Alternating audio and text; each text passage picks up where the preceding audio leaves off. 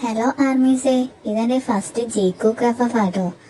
Editing ഒന്നും എനിക്ക് അത്രക്ക് വലിയ അറിവൊന്നുമില്ല, എങ്കിലും എന്നെ കൊണ്ട് പറ്റുന്ന പോലെയൊക്കെ ഞാൻ ചെയ്ത് നോക്കുവാണ്. അപ്പൊ ഈ സ്റ്റോറി കണ്ട് നിങ്ങൾക്ക് ഇഷ്ടമായാൽ ഈ ചാനൽ സബ്സ്ക്രൈബ് ചെയ്യുക, ഒന്ന് ലൈക്ക് ചെയ്യുക, ഒന്ന് കമന്റ് ചെയ്യുക, ഒന്ന് സപ്പോർട്ട് ചെയ്യുക. അപ്പൊ നമുക്ക് സ്റ്റോറിയിലോട്ട് പോയാലോ.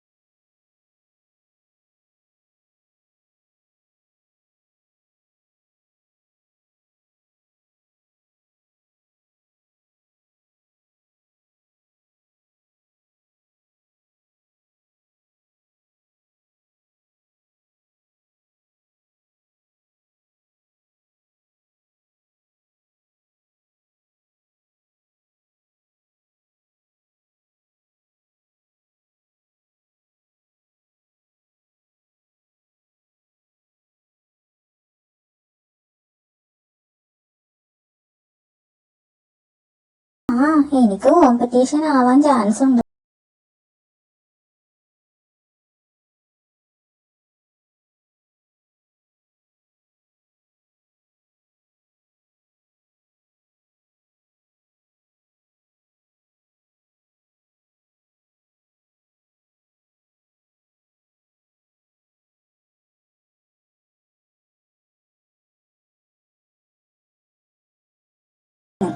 പോത്തെ, നീ സ്വപ്നം കണ്ടങ്ങ് മരിക്കുവാണല്ലോ.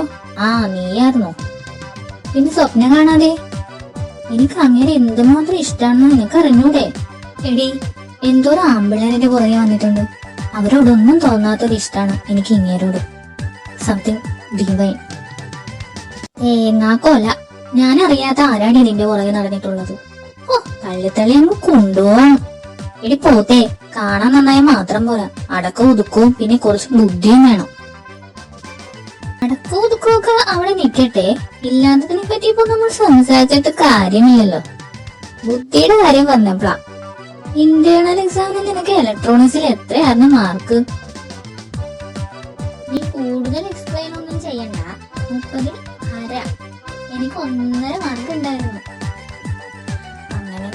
ബുദ്ധിയുടെ കാര്യത്തിൽ നിന്നേക്കാൾ ബെറ്റർ ഞാനാ കേട്ടോ. പിന്നെ വേറെ കാര്യം, നിനക്ക് ഇച്ചിരി നിരുത്സാഹപ്പെടുത്തൽ കൂടുതലാ. എന്താടി? എന്റെ പോസ്റ്റിലെങ്ങാനും ലൈൻ വലിക്കാൻ നോക്കിയാണ്ടല്ലോ പന്നി. ഇതിന്റെ മത്തങ്ങ നമുക്ക് വലിച്ചു കഴിഞ്ഞാൽ ഉപ്പിട്ട് ബാക്കി നീ പൂരിപ്പിച്ചെടുത്തോ.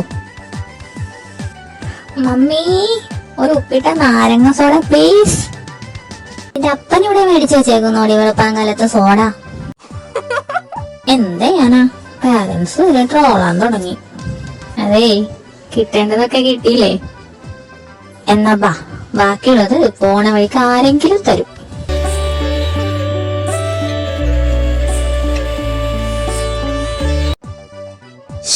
എത്ര നേരമായി കോപ്പ്. ഇനി ഇത്രത്തോളം ഒരുങ്ങിയിട്ട് നീ അയാള് വരാണ്ടിരിക്കൂടി. ആര്? നിന്റെ അപ്പൻ. ഇടി കോപ്പ് എന്റെ എറിക്കേട്ടൻ. അയ്യടാ, ഒരു ചോറിക്കേട്ടൻ. അപ്പനെ പോലും കേറി തന്തേന്ന് വിളിക്കുന്നോളാണ്. പിന്നെ ഒരുങ്ങിയ കാര്യം, എന്തേലും ഒരു പരിപാടിക്ക് ഒരുങ്ങിയ എല്ലാ പെൺപിള്ളേർക്കും ഒരു വിചാരമുണ്ട്, ഇത് വലിയ അപ്സരസാണെന്ന്. നിനക്കോ? അതല്ലേ ഇടയ്ക്കേ പറഞ്ഞത്, എല്ലാ പെൺപിള്ളേർക്കും ഒന്നും. ഇതാണ്. എടി നോക്കേ, കൊള്ളാലേടി ആ പെങ്കൊച്ച്. ഏയ് വെറുതെ വെളുപ്പ് മാത്രമേ ഉള്ളൂ.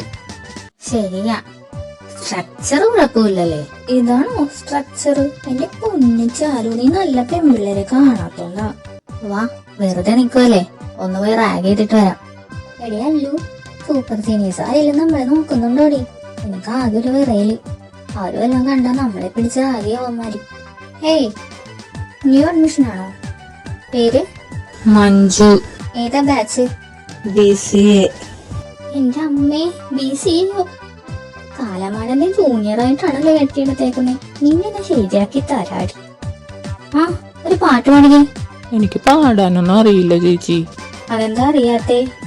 ഇടിച്ചാരു ഒരു പാട്ടങ്ങ് പാടിക്കേപ്പിച്ച് കൊച്ചു പാടട്ടെ. ആ, എന്നാ അങ്ങനെ പാടിയേക്കാം. ഉപ്പിലിട്ട മാങ്ങ കുളിക്കിയ സോഡ, കുളിക്കുമ്പോ കുടിക്കാൻ സുഖമാ. ആ, ഉപ്പിലിട്ട മാങ്ങ. ആ, മതി കൊച്ചു ക്ലാസ്സിൽ പോ. സീനിയേഴ്സിനെയൊക്കെ കാണുമ്പോ ഒന്ന് ബഹുമാനിക്കട്ടാ. ആ, വിട്ടോ. ഉപ്പിലിട്ട മാങ്ങാടി ഞാൻ പറയണില്ല, വെറുതെ മനുഷ്യനെ നാണം കിടത്താൻ. വെറുതെ അല്ല വന്നിന്നെ നോക്കാത്തത്. അതൊക്കെ അവിടെ നിക്കട്ടെ, പ്ലാൻ പറ. ഇന്ന് പറയുന്നുണ്ടോ നീ?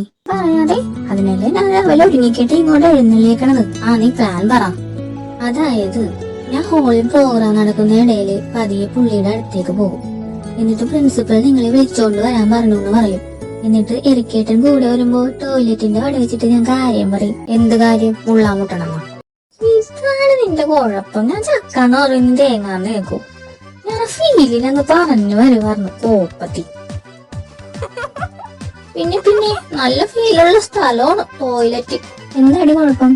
ഇടി കാണാൻ കൊള്ളാവുന്ന ഒരുത്തിനെ കാണാൻ കൊള്ളാവുന്ന ഒരുത്തി മൂത്രക്കുട്ടിയുടെ മുമ്പിൽ വെച്ച് പ്രപ്പോസ് ചെയ്ത അയാളത് ജീവിതത്തിൽ മറക്കോ? സംഗതിയൊക്കെ ശരിയാണ്. കാണാൻ കൊള്ളാവുന്ന ഒരുത്തിന് ആരാണെന്ന് മനസ്സിലായി. ആരാണ് ഈ കാണാൻ കൊള്ളാവുന്ന ഒരുത്തി? ആളിയ, ഇങ്ങനാണെ ഞാൻ കളിക്കില്ലട്ടാ. ശരി, ഇന്നത്തെ കൊണ്ട് തീരുമല്ലോ നിന്റെ സൂക്കേടുക. പോവാ. എടി, ദേ നോക്കടി,